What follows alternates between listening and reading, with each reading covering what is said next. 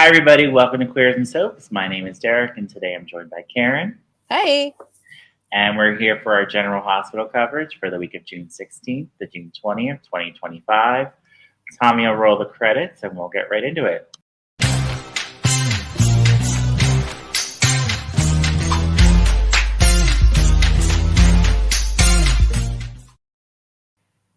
So it was some good developments this week, but it was a slower week. But we kind of needed it because the last month was like a roller coaster.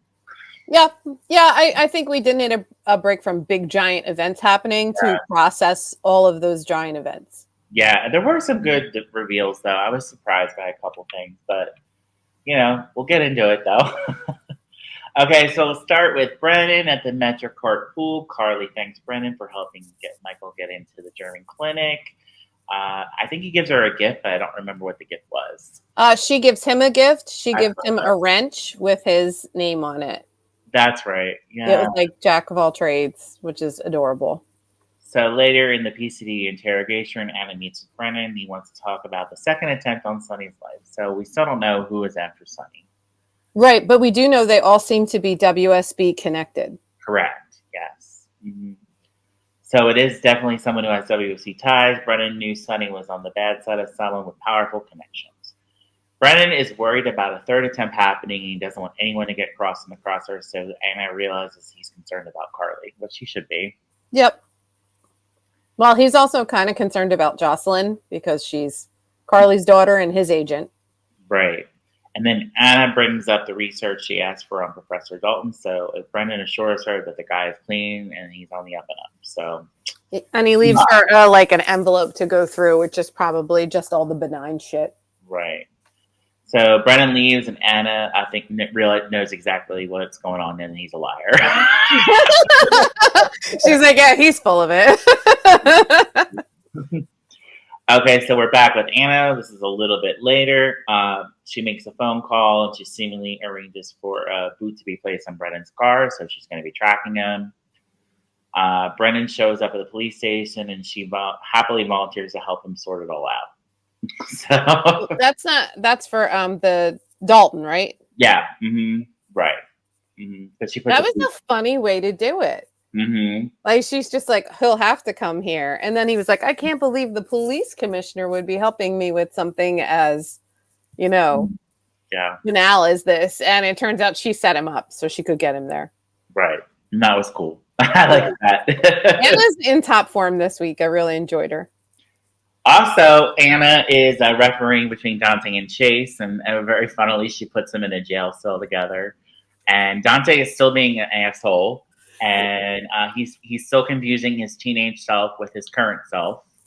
He just keeps thinking like a 16-year-old version of himself would have been the most mature person ready to raise a kid that ever raised a kid, and it's insane. It doesn't make any sense, and Chase even points it out to him, and and there's no way Chase would betray his wife's confidence. So I don't know why Dante expects him to. Because it's him, and it's information about him and everything about him. This is the Sonny conundrum. The whole Sonny can lie, do whatever he wants, and it's all for the greater good. But if anyone ever lies to Sonny, no matter how tiny or small, it's a huge betrayal, and he'll never trust them again. Dante has this exact same crappy code that only works in one direction. And Chase lays it out multiple times. He's like, I wasn't going to betray my wife. She's my wife.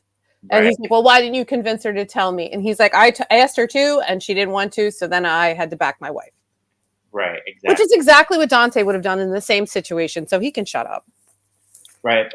They bicker back and forth for a while, and they do eventually come to an understanding that they can work through their personal issues at work. So, we'll see. I don't know. I think the whole thing is ridiculous. I think that we need to get over it. A little bit. I think he got to him a little bit. Because towards the end of the conversation, Dante got a lot quieter and a lot more introspective. And Chase was like, you've got to stop lashing out at everyone around you, or your son will never speak to you. And I loved when he said that. That was great. Yeah, really good moment. And when he laid into him about how he treated Gio after Rocco's alcohol poisoning, I think that was he finally realized that he messed up. He's like, you yelled at him for weeks, and all he was a good kid who helped your son. Mm-hmm. Yep.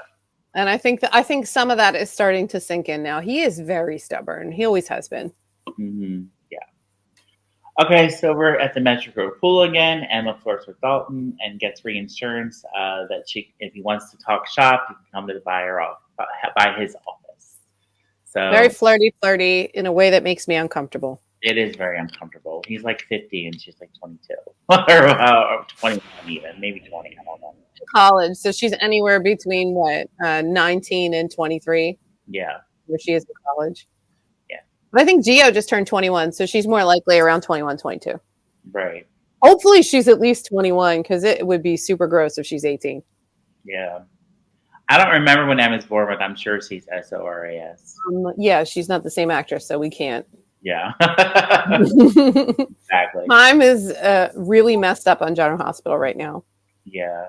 A lot of people should be in their 60s who are in their 20s. Correct. Gio is not thrilled about Emma throwing herself at Dalton, and he offers to help her with any plan to stop the animal testing. So we're in Dalton's office. Jocelyn finds nothing on Dalton's work phone and assures Vaughn, who I can see why he pisses you off, because he really pissed me off in this scene.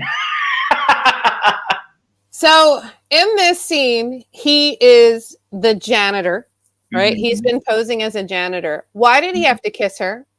Yeah. There was no reason for him to kiss Jocelyn. They don't have good chemistry. And the only reason he did it, he said it was as a cover, but he was a janitor in a room where janitors would be. Right, exactly. And then he could have just been in there going, I'm going to take the trash now. Right, and that's because Emma walks in and catches them together, and she sees them together. And he could have just said he was there, like, doing maintenance work. He didn't have to kiss Jocelyn. He could have said, I'm working. Right. And if she was like, why are you guys talking to each other? Be like, didn't we meet on that beach the one time? Like, it's not like there's not an established. This is so forced. I'm sorry. They're forcing the chemistry, and it doesn't work. I hate Vaughn. No offense to what's the actor's name? I feel really bad for him. Bryce Murphy. I don't like your character. I do something to make you likable, because right now, I'd never want you on screen. Like, never. Emma does seem to buy this secret romance, and I don't know why she did, but it was weird. Because she's 22. Yeah. But Emma speaks to Jocelyn proudly and warns her that her silence is going to cost her. So Emma wants Jocelyn to get out of Professor Jones and let her dig around. So Jocelyn leaves, and she plans to kiss on Vaughn at the Metricourt pool as well to keep up the charade. She was so funny because she's like, well, now we have to pretend we're dating because somebody kissed me in the office for no reason. And I was like, yeah, Jocelyn, but you should have just slapped him. Right. He should have kissed her, and she should have slapped him and been like, oh my God, how could you behave like that? Anything else. Yeah. Vaughn talks about Emma flirting with Professor Dorn and potentially dragging Anna into this. Jocelyn urges Vaughn to join the animal rights group that Emma is a part of. That way, Vaughn can convince Emma that he was a true believer and led her down the wrong path. You have a feeling that Jocelyn is just trying to distract Vaughn because he's annoying and always in her space. Yeah. He was so annoying when he's like, are you sure you got it? Are you sure you got it? When she downloaded all the information off of Dalton's phone, his work phone. I was like, you're so annoying. And then that's where I was like, okay, I see why Karen doesn't like him. I know. And I like to compare that to how Gio reacted, because Gio was upset that Emma wanted to investigate Dalton. And when he was like, I want to protect you, she's like, oh, what? Because I can't protect myself. And he's like, no, because you might need backup. Mm-hmm. And that was the attitude Vaughn should have. Vaughn should be ready and willing and able to be her backup, because they're supposed to be co-agents on this case. Instead, he's this annoying fly who won't go away and is just really irritating. I hate him. Yeah. He's just really like, I don't know where they're going, because if they're going like enemies to lovers or whatever, it's not really working. Yeah, there's no chemistry between them at all. No. None at all. So Dalton catches Emma snooping around his office, and Emma covers and says that Jocelyn let her finish filing for her. That was stupid too. Stupid too. She could have just been like, I came to the office to wait for you, and Jocelyn just stepped out for a moment. She didn't have to send her home. I don't know how Jocelyn got the job. Did she copy Emma's project? They have not cleared that up. I'm assuming she stole Emma's project because we haven't gone back to it, or the WSB already had a project locked and loaded for her. That would have been the smart like way to do it. Because Right. if she gets caught having stolen Emma's project, then Emma could point that out to Dalton and blow her cover, which is not great. So Emma pushes for Dalton's help with an equation, and then she has to go to the lab with him. Dalton says his sponsors would never allow that, and he turns her down. So we're back with Geo.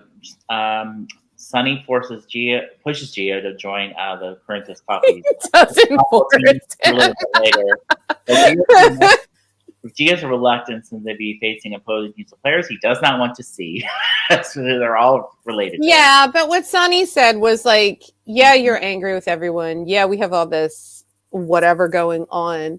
But you're a great baseball player, and it would be fun. And why not start interacting with people on your own terms? Like, I hate to agree with Sunny. You know I do.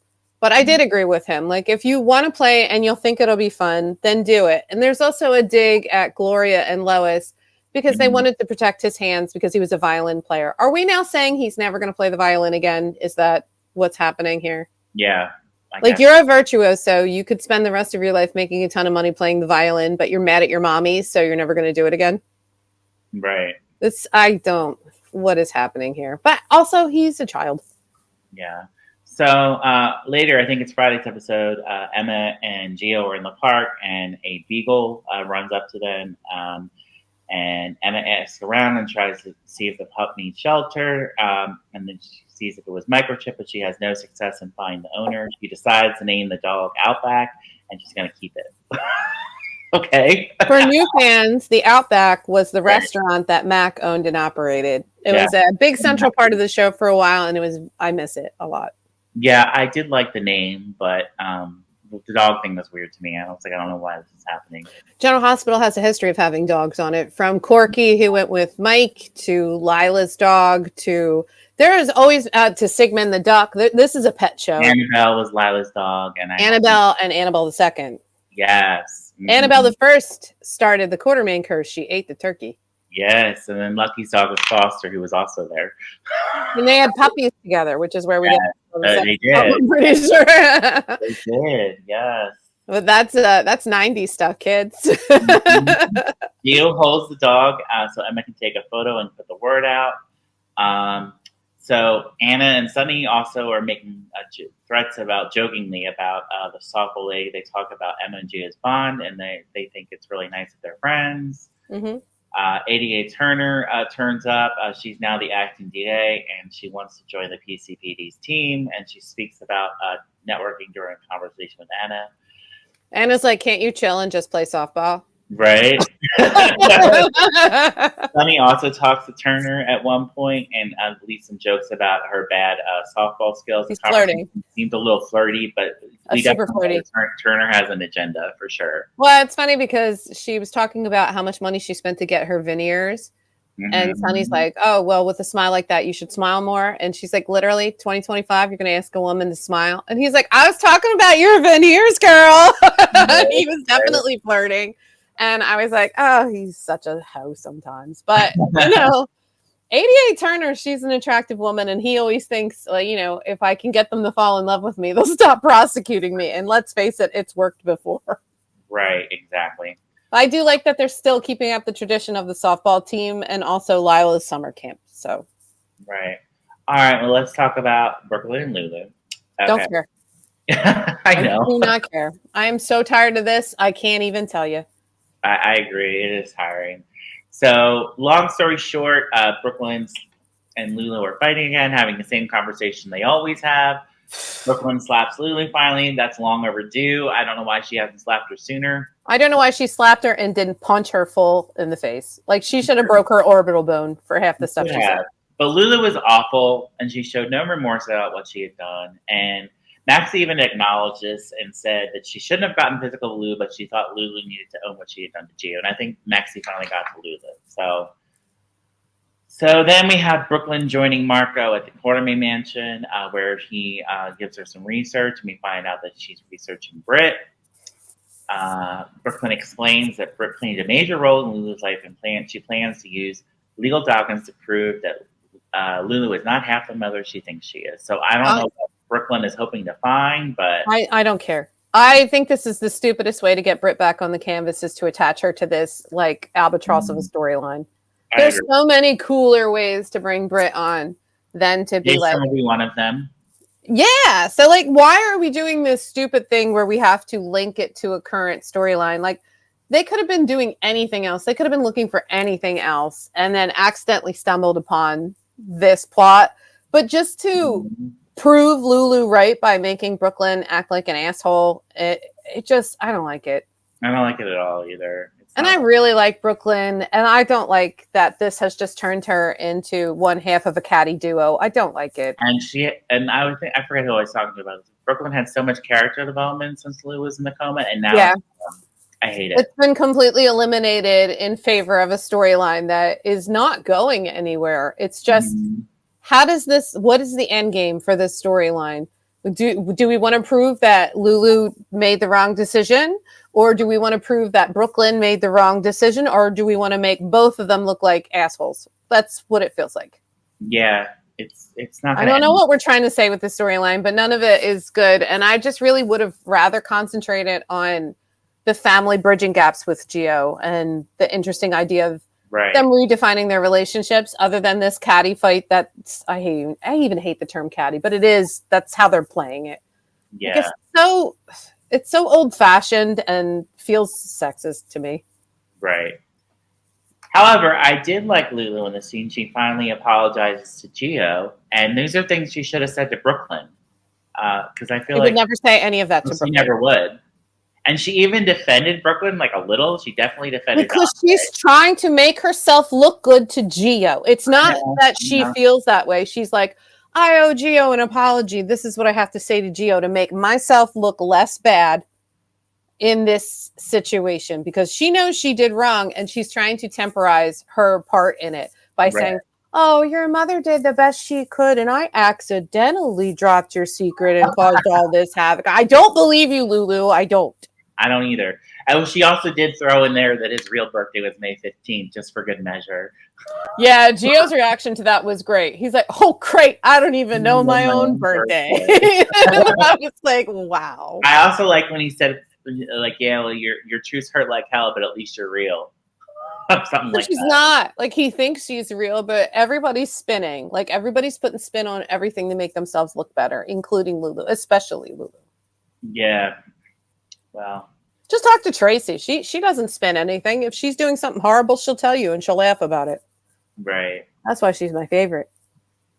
So we're back at the Quartermain Mansion. Brooklyn pushes Margot for more research on Britt and the stolen embryo mess. Brooklyn wants to find out all the facts and use it to get payback against Lulu. All she's doing is trying to say, you think I'm a bad mother? You're a worse mother. And I'm like, what is the point of this? This is so stupid. Rebuild your family and stop talking to that woman. Agreed. After spending some time at the batting cages with Dante and Sonny, Rocco goes back to the Q Mansion for his baseball mitt and he encounters Brooklyn. And I hated this because he says to her that it's her fault and not Dante's. I'm like, sexist. It's very sexist. Sorry, I don't know what this storyline is, but it makes adoption look horrible. It makes women who are in tough situations the bully. Like they are bullying Brooklyn. Like they're like, oh, she should have known better. A 16-year-old girl should have known better. Well, the 16-year-old boy was involved too, and he never wore a condom, but it's all her fault. Yeah. She can't get pregnant on her own. That's nonsense. And they're like, oh, well, he deserved to know. I have in my notes, women are to blame. Yeah.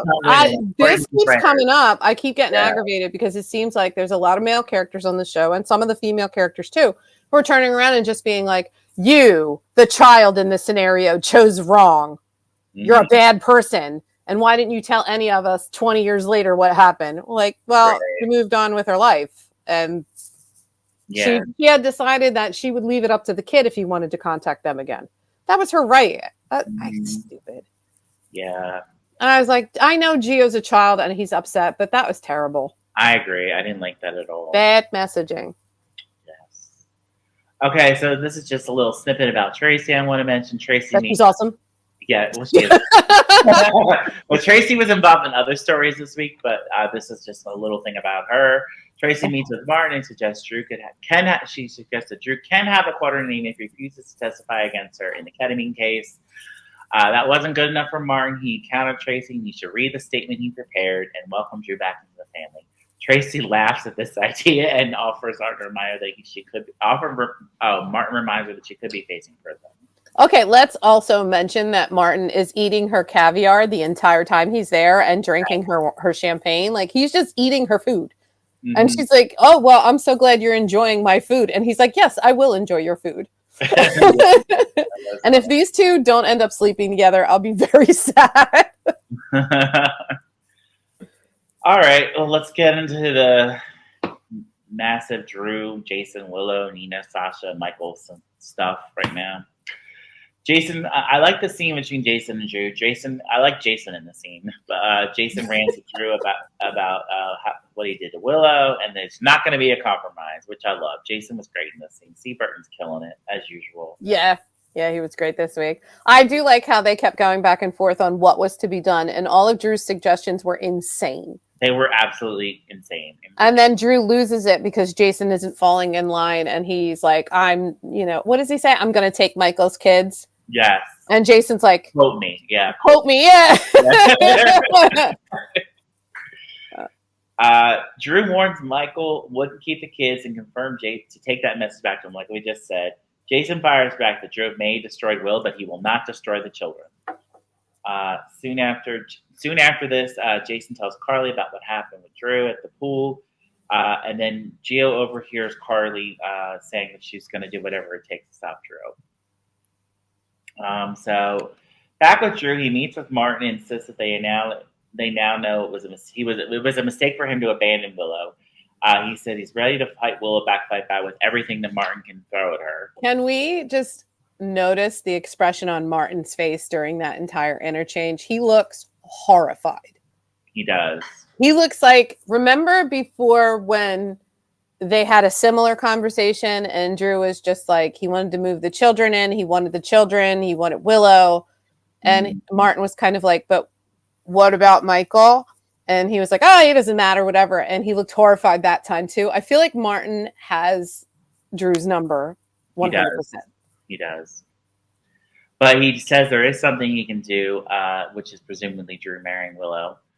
But he said something about the potential for catastrophe was unlimited, so it kind of threw me off a bit. He said it was a very small chance that it could help, but a very big chance that it could cause a catastrophe that they could not survive.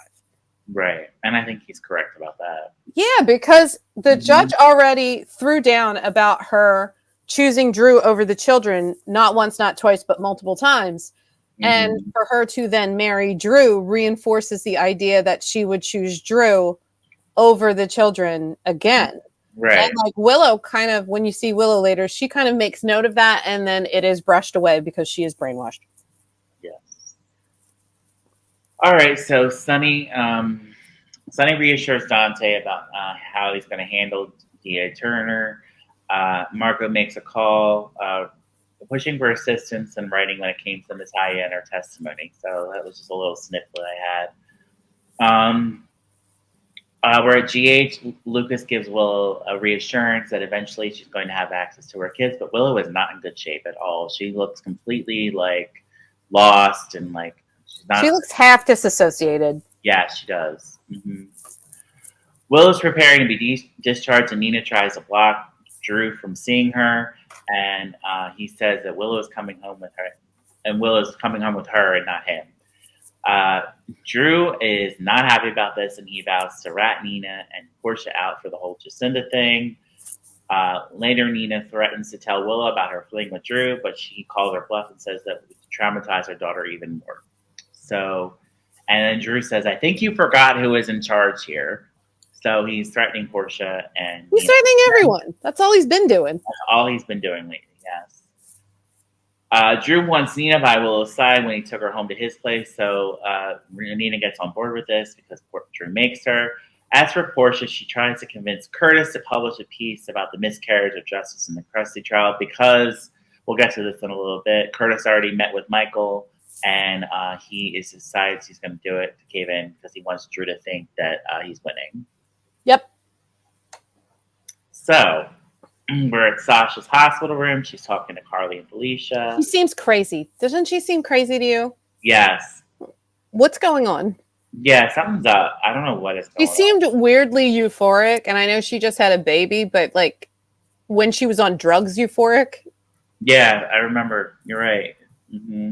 Weird. So Sasha does feel bad about Willow not getting custody. Why? Yeah, I didn't get that She either. never did before. Yeah, she didn't have any sympathy for Willow before now. Super out of character in this hospital scene. Yeah. Maybe because she just became a mother. I don't know. Oh, please. She's been a mother for 5 minutes. Don't you think she would double down then? She would be like, absolutely, Willow shouldn't be anywhere near her children. She's a danger to them. Exactly. And I don't understand this. None of this makes any sense. So a nurse brings in a baby and places her in her arms, and she flips out, realizing that this is not her daughter. I thought she was having a psychotic break. Yeah, I really did, because I was like, this girl is acting like she's loopy. And then I was going to say, like, isn't it her baby? Because I think I texted you and I was like, they LoJack babies in the hospital. You can't just swap them around. Right. They have tags. The ward is locked with a key card. Like, it's all very Fort Knox. Yeah. So Michael then comes in and calms her down, and then Lucas eventually brings Daisy in, and Sasha's relieved to have the right baby in her arms. So Daisy is has her something with her hospital bracelet, and she had been there the whole time. So I guess someone moved her in the nursery. The mother gets a bracelet that matches the bracelet on the baby. It's part of the system for making sure. Because remember, babies used to get swapped all the time in hospitals. A big soap plot for a long time because it happened. It used to happen. Yeah. So now, like, the babies are literally, they wear like monitors so you can find your baby so they don't get kidnapped. It's a whole thing. That's why this swapping out of the babies seems so weird to me. It feels like someone at the hospital would have had to have done it, because otherwise, how could it have happened? Right. It had to have been someone at the hospital. But also, I don't care about babies, so I really don't care about Daisy. So Lucas and Felicia are trying to figure this out. Lucas guessed someone just placed her in the wrong bassinet. Felicia and him talk about it, and they're going to investigate it because it never should have happened. So we'll see if that investigation ever happens. I don't know, maybe. Yeah. Also, Sasha decides to move in with the Quartermaines and not in with Felicia or Carly. And I was like, this makes no sense, because she's been saying she doesn't want any Quartermaines to influence her child. And now she's going to be living with them. She doesn't want to lose her job. And she likes living at the Quartermaine mansion. And she likes being close to Michael because she makes crazy decisions that don't make any sense. I have never once understood this. I understand wanting to have full custodial parentage, right? Because if she wants to move or anything like that, it's easier on her. But then to move into the baby's like ancestral home for as many generations as it goes back, 3? The baby's like, you're going to move the baby in where Monica is, where Tracy is, where Ned, where like everybody is. Like, it's the baby's entire family. And then you're going to be like, that's great, but this child isn't a member of your family.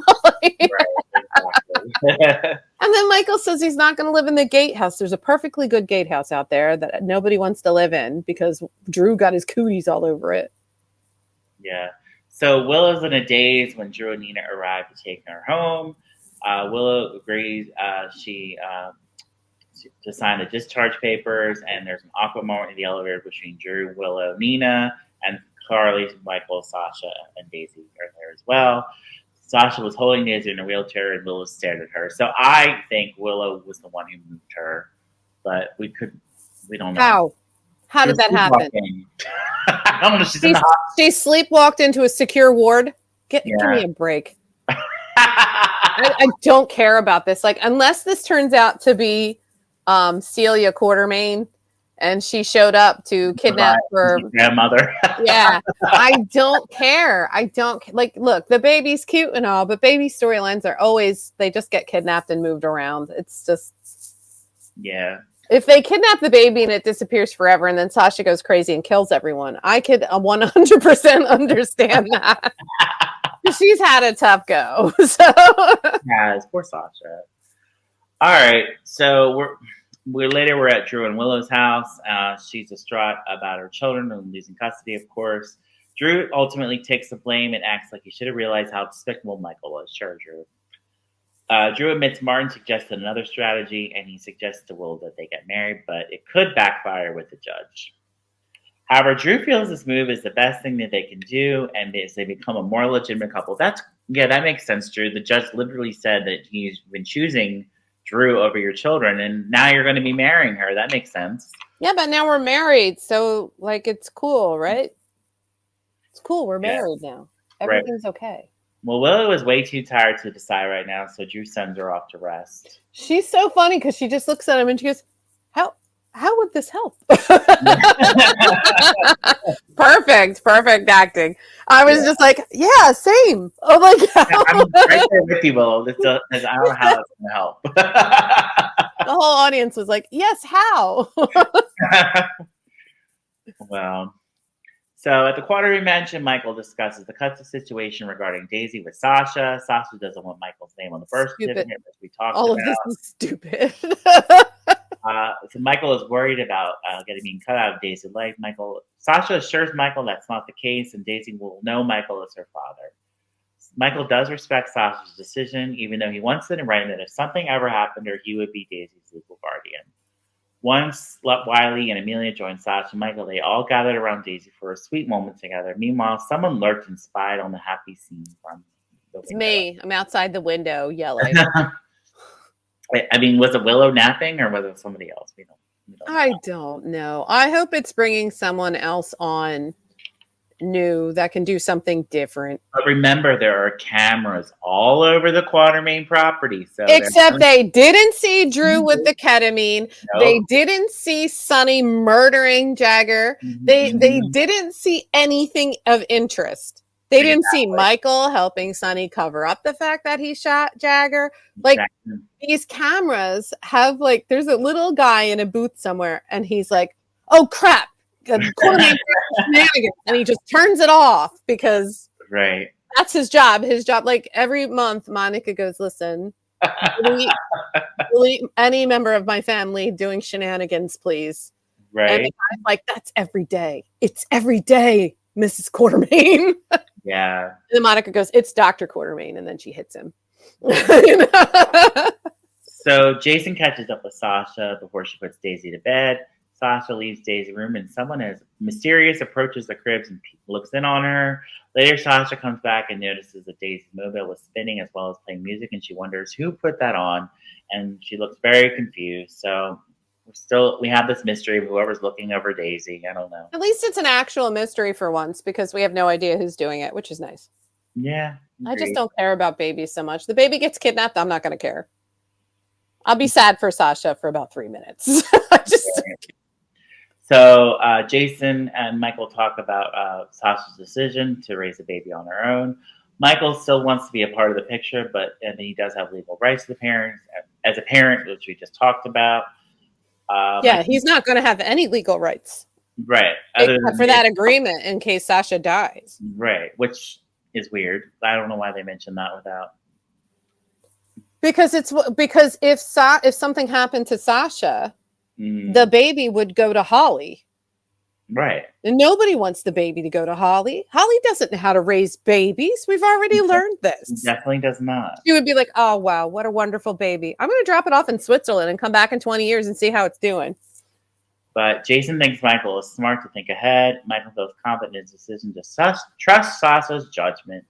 But he knows his family members are not going to agree. But she's a recovering drug addict. This doesn't seem like a smart plan to me.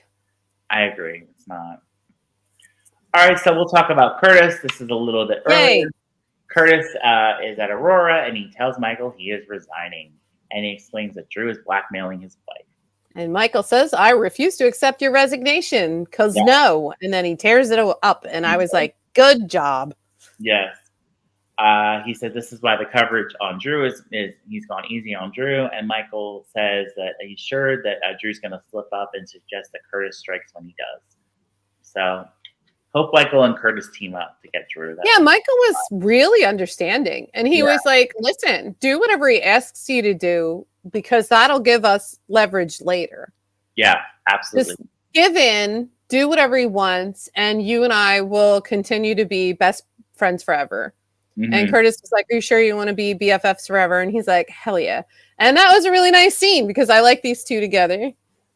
They're continuing the same chemistry from when it was Chad, and I like that. So later in Kurt's office, he and Portia are visiting, and he dodges Portia kiss and says he needs more time. Jordan shows up at this time, coincidentally enough, and she talks to Curtis privately about, and they talk about how his marriage might not be Can over. we please put Jordan back with Isaiah? Can we Yeah, please? I agree. I want her with Isaiah. I don't want any of these couplings that they're trying to do. I'm not into I don't it. care. I would even go for Jordan with Sidwell. I would go Jordan with Portia over Jordan with Curtis. I'm so sick.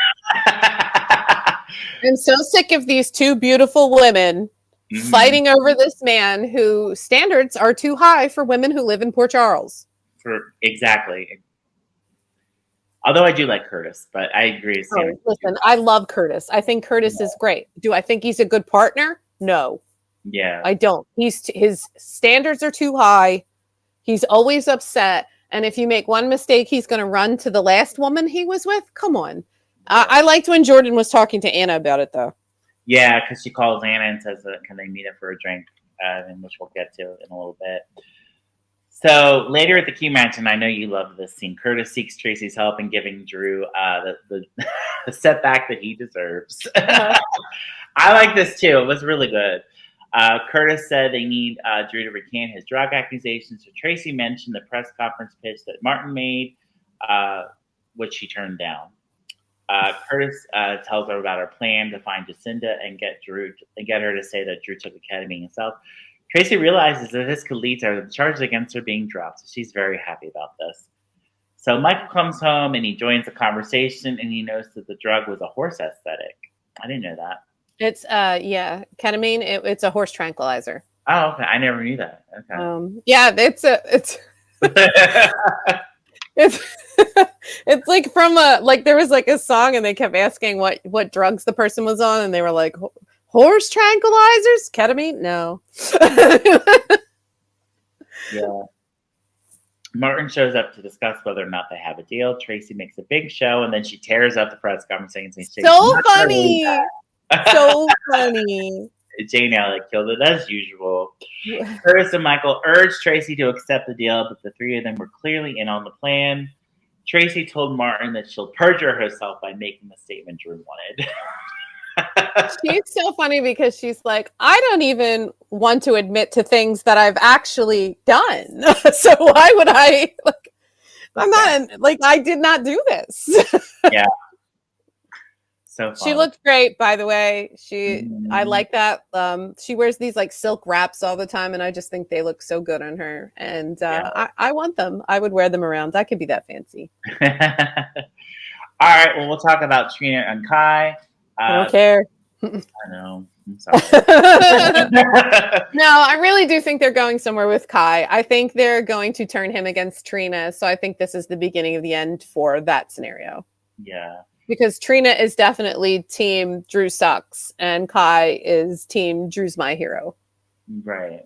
It's not going to work for long run. It will not work, no. So Ty gets his test results and he finds out that the surgery was a successful failure. His spine is healed, but not enough for him to play football. I was so mean. I'm texting my mom and I'm like, well, I can't play football. Like this kid would have been able to play football for maybe 2 to 4 more years and that would have been it. And I feel bad for him, but come on. Feel bad for him. Kai is crushed though, and I love when Trina was yelling at the cameraman to get out. That was She's great. So funny. I love her. Yeah. Taviana is so good. Mm-hmm. So good. Yeah. Trina does her best to comfort Kai, who is upset that his dream is getting dashed once again. Trina doesn't want Kai to be alone right now, and he insists there's something he needs to do. So he goes to see Drew. He tells Drew about the documentary wasn't going to turn out the way either one of them wanted. So Drew says that the documentary doesn't have to happen. He owns the footage, so there's he can squash the whole thing. And then he also tells Kai how sorry he is about this development. And it's funny seeing Drew being sympathetic, but yeah, but he's being sympathetic because he wanted to push him into another position. So he's being manipulative. So he offers him an internship in DC. It's a paid internship actually, and it's Kai is blown away by the gesture and tells Drew he will think about it. Can I just mention in this scene, he gets Kai to the point where Kai is apologizing to Drew that the surgery Drew talked him into didn't work the way they wanted it to. So this kid was experimented on so Drew could get PR, and this kid's apologizing to him for not getting him the good PR. I was so sad for him. Yeah. And then he's like, you could work for me and all this internship stuff. And I'm like, this is just another way for him to get more hooks into Kai.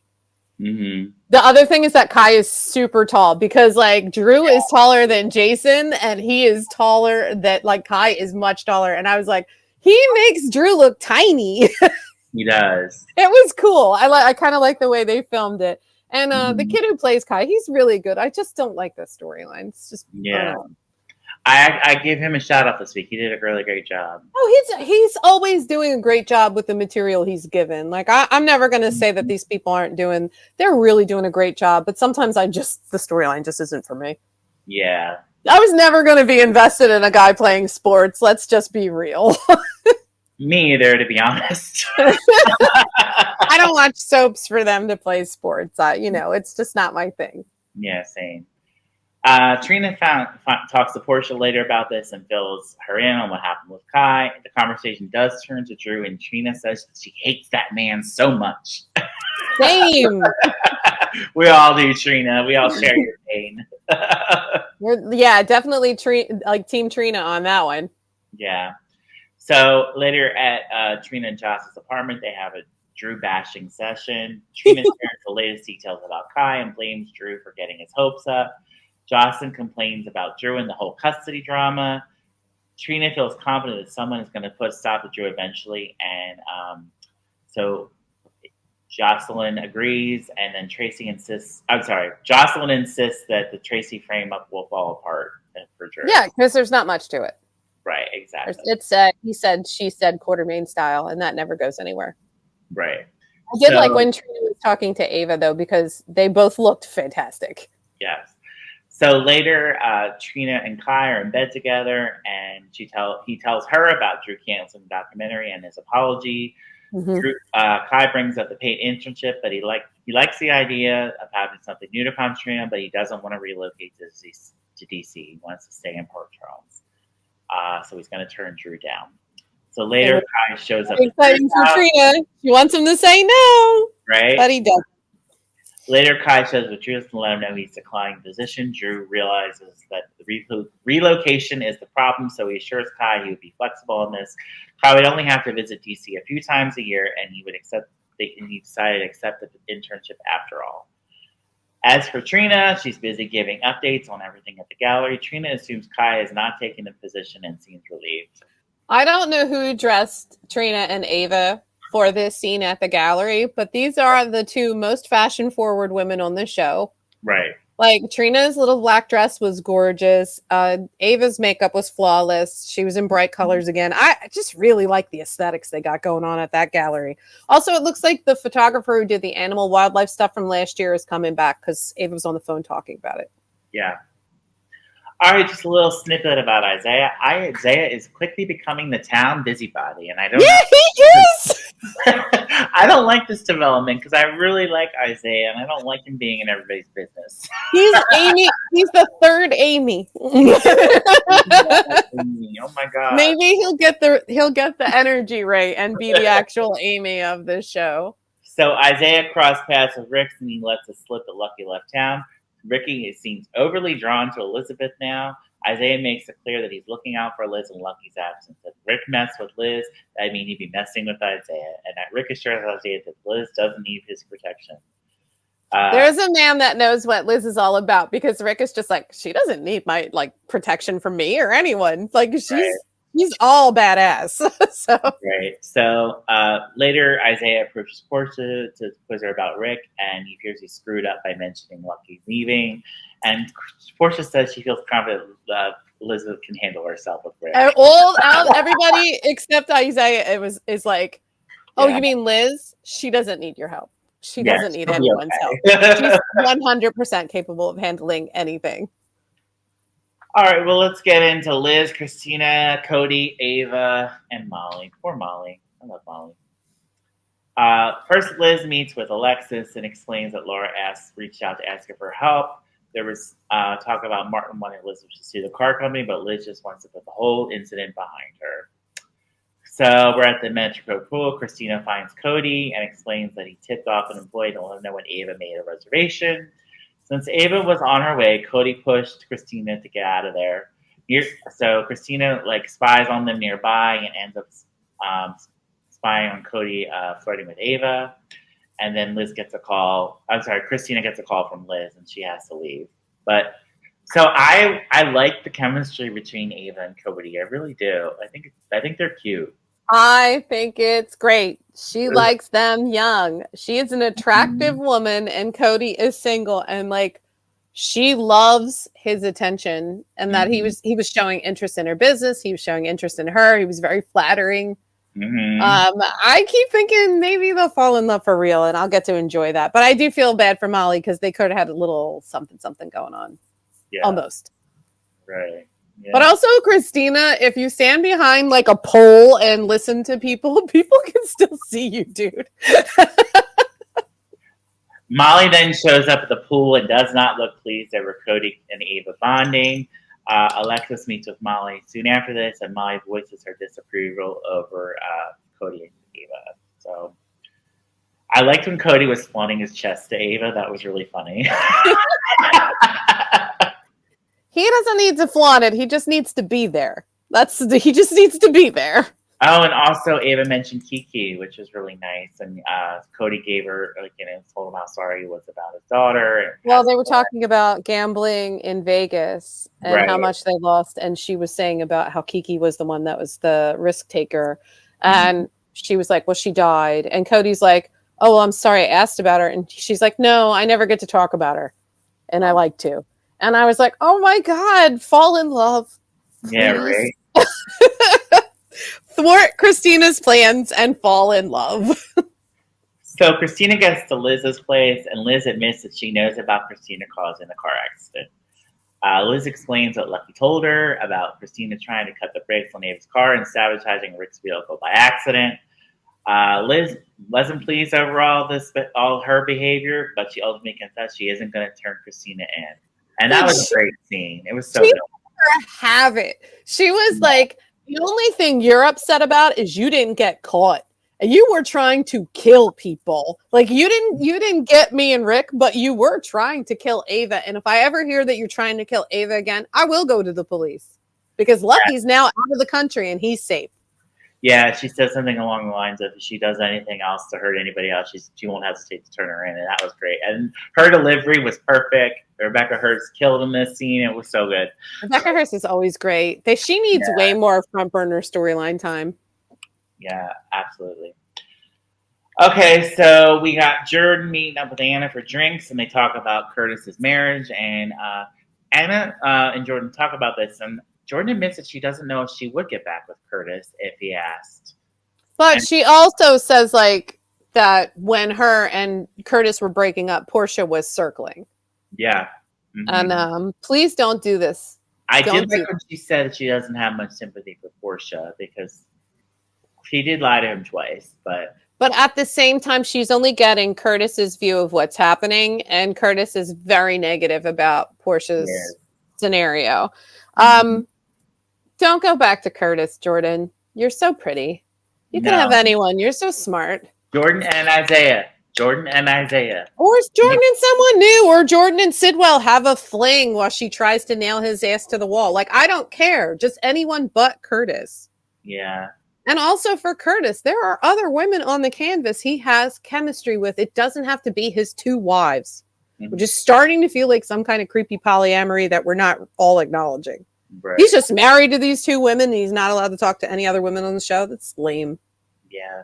Also nearby, Isaiah and Lulu are having drinks, and because Lucky instructed her to check on his sister. So this one feels very patriarchal for Isaiah this week. He's just watching out for ladies that don't need him to watch out for him because Lulu is a Spencer.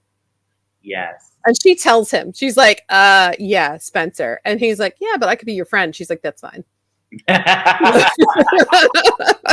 Spencers don't need help. I don't think it was a chem test. It was just like, I don't think they're going in that direction. No. I think they were trying to set them up as friends. Yes. I think because Lucky's gone, Lulu and Isaiah should be friends. Yeah, and Lulu blew up her spot with Maxie, so she's going to need different friends for a while until all that calms down. Because if I were Maxie, I'd be trying to stay away from both of them except for work for a minute until they get their crap together.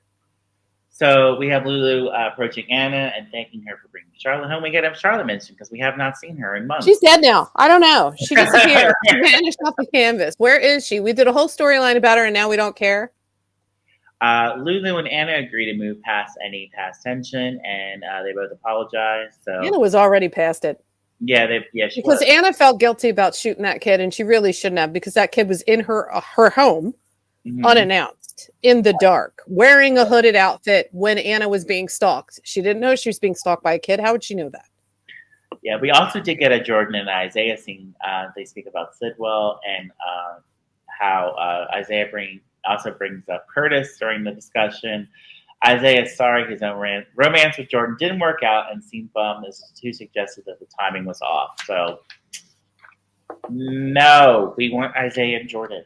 I'm not for it. I'm not against it, because I feel like the reason it broke up is because Isaiah couldn't handle the fact that Jordan was doing this undercover mission without trying to control the situation too much. And with the strong-willed woman like Jordan, that's never going to work. Yeah. If he had done what Gio did, which is to say, I'm your backup, not I'm taking over and telling you what to do, they'd still be together. Right. So maybe Isaiah has some growing up to do, but he's new. He can character develop. Right. Okay, so at Windermere, Sonny shows up for a meeting with Sidwell, and Sidwell is still interested in buying his peers.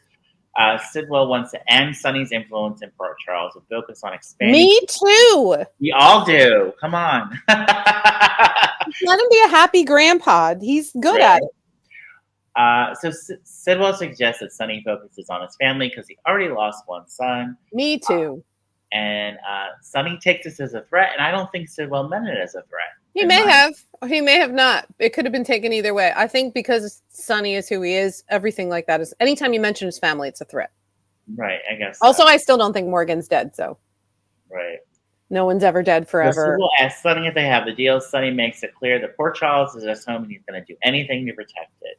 So in the end, Sonny warns Sidwell to take his money and stay out of his way.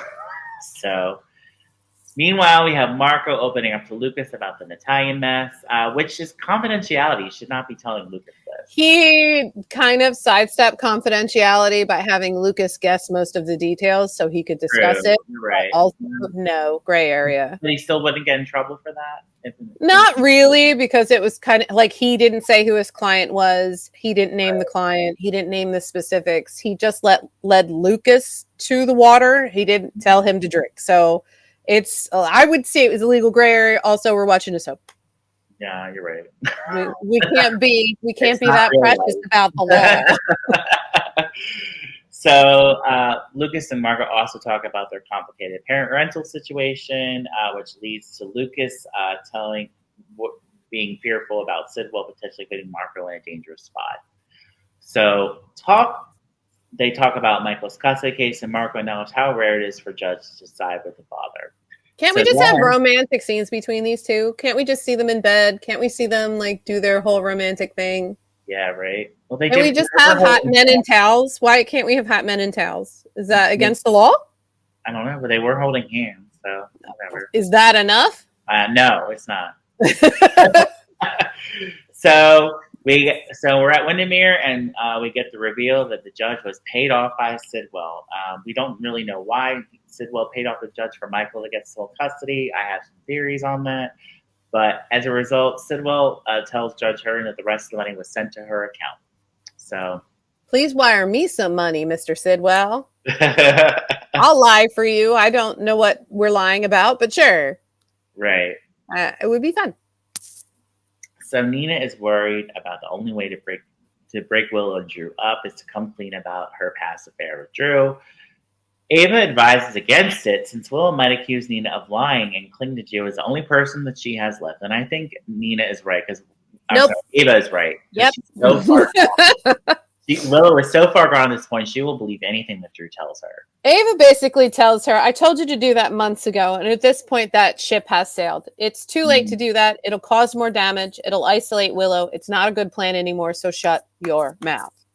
Right. Yeah, exactly. And I always agree with Ava. I support her wrongs and her rights. So Drew returns from a run, and Willow appears to be in a daze yet again. Willow guesses that she slept, but she feels tired. So that's a sign that she's sleepwalking.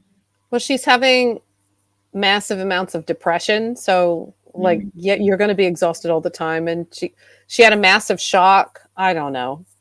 If she's the one stalking the baby and she kidnaps Daisy, ugh. Right. So predictable. So they talk again about Drew's marriage proposal, and Willow still struggles to see how it will help the custody case. Me too. And Martin comes and helps sell Willow on the idea that the judge would view this favorably, and so he told Drew they should get married, and so she agrees to marry him, basically. Yep. Great idea. Getting deeper in this, Willow. You're never going to get out. Yep. I feel bad for her. Like Jason said, like, this guy has destroyed her. Yeah, he has. So we're at the pool. Michael watches Wiley swim, and he really trying hard to hide his anger at Drew when he tells him that he learned how to do some kind of swimming thing with Drew last summer. He's like diving or something. Yeah, I don't know. Dive without. He's just like, that's great, buddy. So Wiley is nearby while Wiley is nearby swimming with a swimming teacher. Michael talks to Christina about all the what happened with Drew and Will last summer and everything. Christina mentions Ava and the stress of not letting your anger consume you, which is right. That's something she's doing. The funniest thing about this was Michael going, this sounds like something you actually did. This is the voice of experience. What have you done? And she's like, nothing. And right. he's like, lies. Yeah, ultimately Christina doesn't say anything about the car crash, but like that's what she was alluding to. She has been alluding to it to everyone she meets. I don't understand. She's just so dumb. So Michael, Wiley, and Christina take off, and they accidentally leave behind Wiley's t-shirt for Lila's kids. We're back with Willow. She asks me to come to the pool, and she finds Wiley's t-shirt. This leads to Willow getting obsessed and frantic, and she wants to go to the Quartermain mansion and give it back to him. She seems really manic. Yeah, Nina says that is not a good idea. And then, luckily, Christina comes back and takes the shirt back, and Christina assures Willow that, she's going to make sure that everything's okay with Wiley. And then Willow admits that she was hoping to run into Wiley today since she knew he had a swimming lesson. So that's why she was there. Nina warned her against doing anything that make it look like she's violating the judge's orders. Nina's correct. Willow acts like things wouldn't be like this for much longer and shocks Nina with the news that she is marrying Drew. And that's how we ended the week. Woo! All right. Anything else? Anything you want to add? I love Tracy this week. I love Tracy every week. I think it's really fun to have her so involved in this storyline, even though it's kind of like tangential, like all the crazy stuff is happening. And then Tracy just has beef with Drew because she doesn't want him to have the last name. Yeah. And then it led to the ketamine thing. And all of that is very classic Quartermain, to be poisoning each other and petty about stupid stuff. So I kind of really love that this week. I love that Jordan called herself out for basically kind of hanging around to see if she could end up back with Curtis and whether or not she wanted to and why she was even thinking about it. So I like that she had that self-awareness that Willow doesn't have. Right. But I really enjoyed Jordan this week too. And obviously Liz yelling at Christina was my favorite thing. That was great. My favorite thing ever. So good. All right. All right. Well, I guess we'll head over to Patreon and we'll discuss some speculation. We do have a clip of the week to watch. So the nominees this week are Trina yells at the cameraman at the hospital. Curtis and Tracy team up. Yes. Elizabeth confronts Christina, and Drew versus Jason. So we'll rely on the magical algorithm to choose. Pick the clip of the week, yes.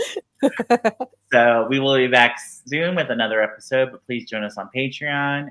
Comment below. Yeah, comment below. Let us know what you think. Let us know what you think about the storylines going on in General Hospital. We will write back. Yeah. I will. You might not like my answers, but I'll respond. All right. Well, thank you so much for joining us, everybody, and we will see you next time.